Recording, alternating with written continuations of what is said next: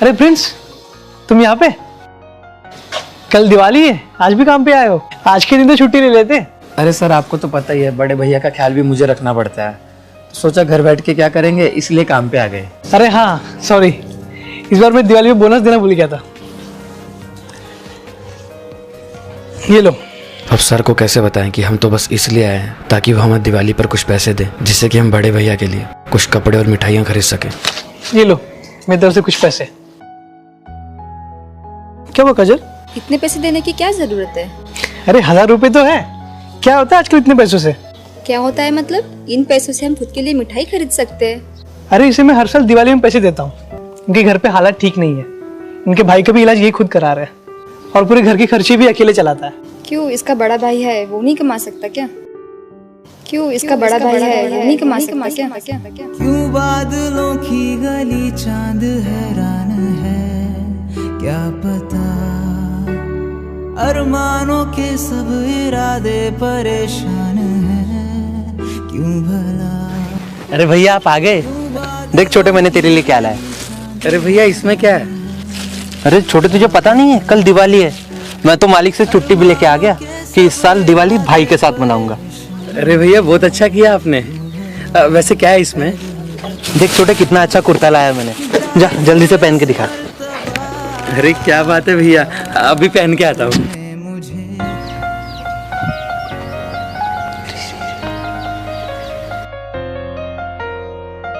वाह छोटे, कितना प्यारा लग रहा है तू।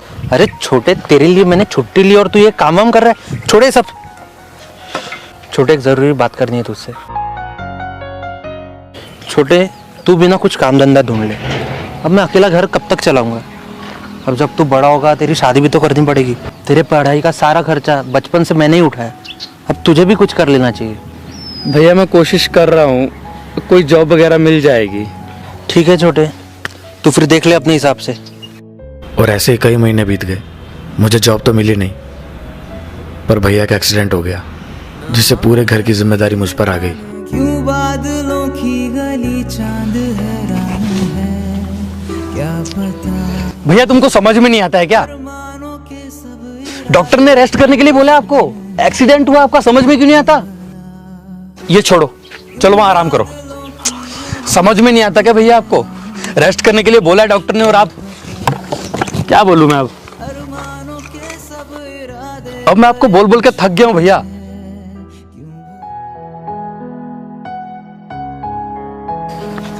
क्या भैया, क्या जरूरत है आपको काम करने की? मैं हूं ना, मैं सब संभाल रहा हूं ना। छोटे, मुझे माफ कर देना। भैया, इसमें आपका क्या कसूर है? छोटे, मैं एक बोझ बन गया हूं तेरे लिए। ना मैं कहीं कमाने जा सकता हूँ, ना खुद कुछ काम कर सकता हूँ। अब भैया, आप ऐसा मत बोलो, मैं सब कर रहा हूँ ना। अब आपको पता थोड़ी था कि आपका एक्सीडेंट हो जाएगा। मैं सब कर रहा हूँ ना भैया, आप जल्दी ठीक हो जाओगे।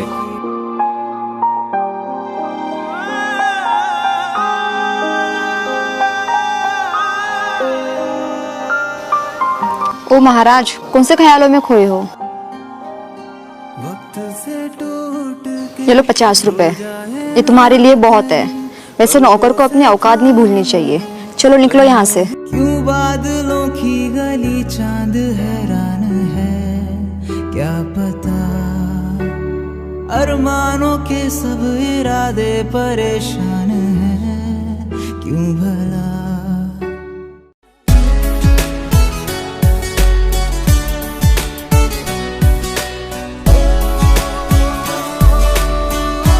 छोटे, आ गया तू?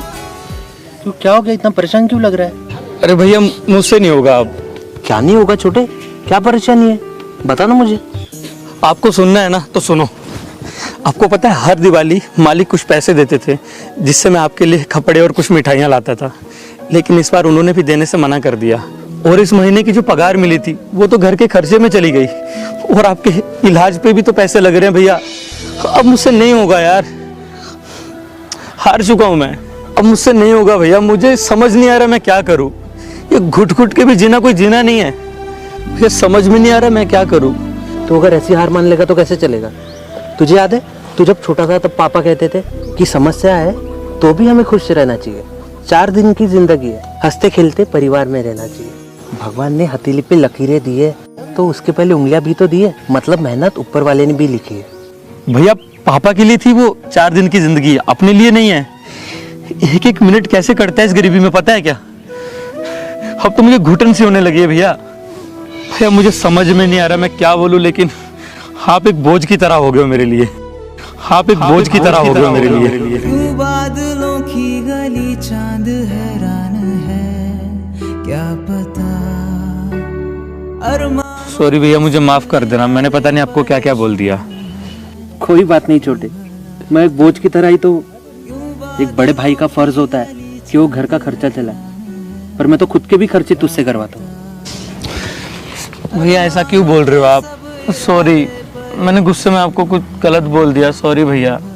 अरे जाने देना छोटे, हम अगले साल दिवाली मना लेंगे, एक साल नहीं मनाई तो क्या फर्क पड़ता है। अरे भैया हम क्यों नहीं मनाएंगे दिवाली, आप आराम करो, मुझे कहीं जाना है।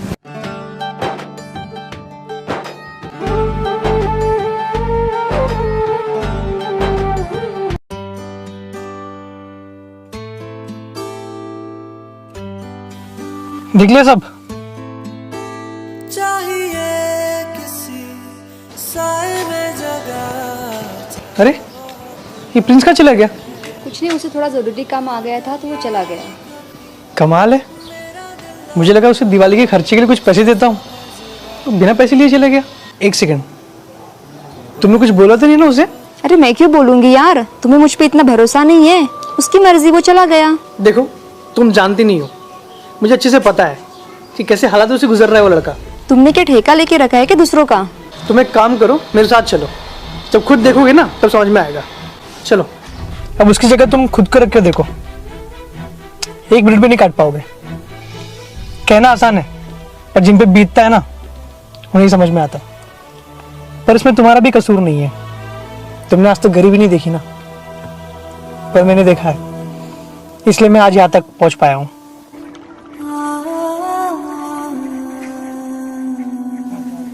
भगवान हमें ही ऐसी जिंदगी क्यों दी? ना रहने के लिए घर है, ना खाने के लिए कुछ। हर रोज इसी उम्मीद से उठता हूँ कि आज अच्छा होगा, और फिर पता चलता है कि मेरा तो हर दिन एक जैसा है। बस जीने के लिए मेहनत कर रहा हूँ। पता नहीं हमारा वो दिन कब आएगा जब हम भैया को खुश रख पाएंगे। शायद हमारी किस्मत में नहीं है। क्यों बादलों की गली चांद हैरान है, क्या पता अरमानों के सब इरादे परेशान है। क्यों भैया यहाँ क्या कर रहे हैं? क्यों बादलों की अरे तुम यहाँ पे थोड़ा देखो ना, गाड़ी को क्या हुआ? आप हटिए भैया, मैं देखता हूँ। अरमानों के सब इरादे परेशान है, क्यों भला ऐ दिल बता। भैया एक बार स्टार्ट करके देखिए ना गाड़ी। इस मर्तबा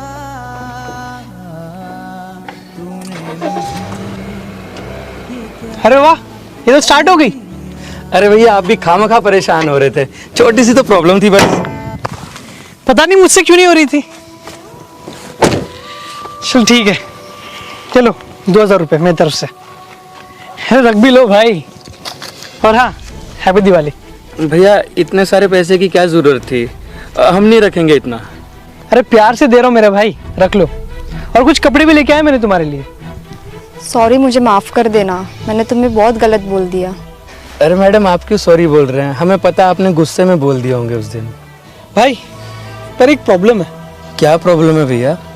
एक्चुअली हमारे घर पे कोई नहीं है, सब कुछ दिनों के लिए बाहर गए हुए हैं, और कल दिवाली है, तो हम सोच रहे थे कि हम तुम्हारे घर पे चले, मतलब दिवाली भी मनाना हो जाएगा और हमें अच्छा भी लगेगा, है ना काजल? हाँ क्यों नहीं, मैं भी यही सोच रही थी। देखा? भैया ऐसा कोई प्रॉब्लम नहीं है, आप मेरे घर चल सकते हो, लेकिन मेरा घर उतना बड़ा नहीं है। अरे भाई बड़ा घर होने से क्या होता है, तुम्हारा दिल तो बड़ा है ना। अभी गाड़ी में बैठने के लिए बोलना पड़ेगा। अरे नहीं भैया, आ रहा हूँ।